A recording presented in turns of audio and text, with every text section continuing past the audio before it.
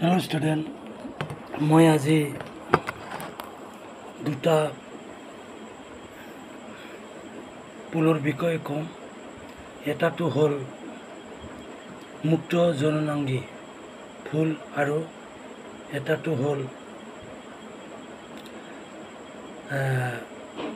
অনুন্মিলিত ফুল। এই দুটা ফুলৰ পৃথকটো হ'ল আমাৰ মুক্ত জননাংগী ফুলবোৰে পুৰঠ হ'লে ফুল ফুলে বা ইহঁতে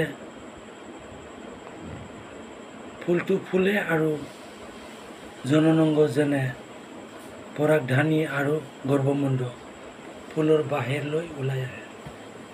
কিন্তু ক্লিষ্ট'গেমাছ বা অনুন্মিলিত ফুলৰ ক্ষেত্ৰত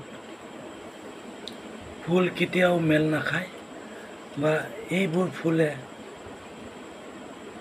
কেতিয়াও নুফুলে, যাৰ কাৰণে প্ৰজনন অংগ যেনে পৰাগধানী আৰু গৰ্ভমুণ্ড সদায় ফুলৰ ভিতৰতে থাকে আৰু বাহিৰৰ পৰাগ ৰেণুৰ লগত সংস্পৰ্শলৈ নাহে, যাৰ কাৰণে আমাৰ ক্লিষ্ট'গেমাছ বা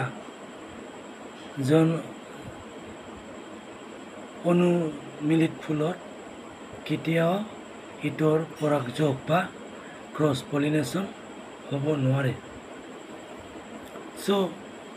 এতিয়া আমি গম পালোঁ যে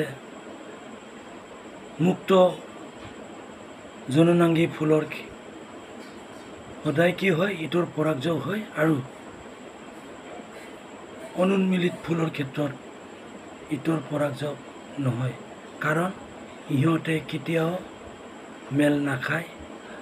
এই ফুলবোৰ সদায় বন্ধ হৈ থাকে, যাৰ কাৰণত পৰাগধানী আৰু গৰ্ভমুণ্ড ফুলৰ ভিতৰতে থাকে, তাৰ বাবে ইটোৰ পৰাগযোগ নহয়। এতিয়া আমি এনচাৰটো চাওঁ, লিখি লোৱা এনচাৰখন। প্ৰশ্নটো আছিল আমাৰ মুক্ত জননাংগী ফুলবোৰ কি কি? আৰু দ্বিতীয় কুৱেশ্যনটো হৈছে অনুন্মিলিত ফুলৰ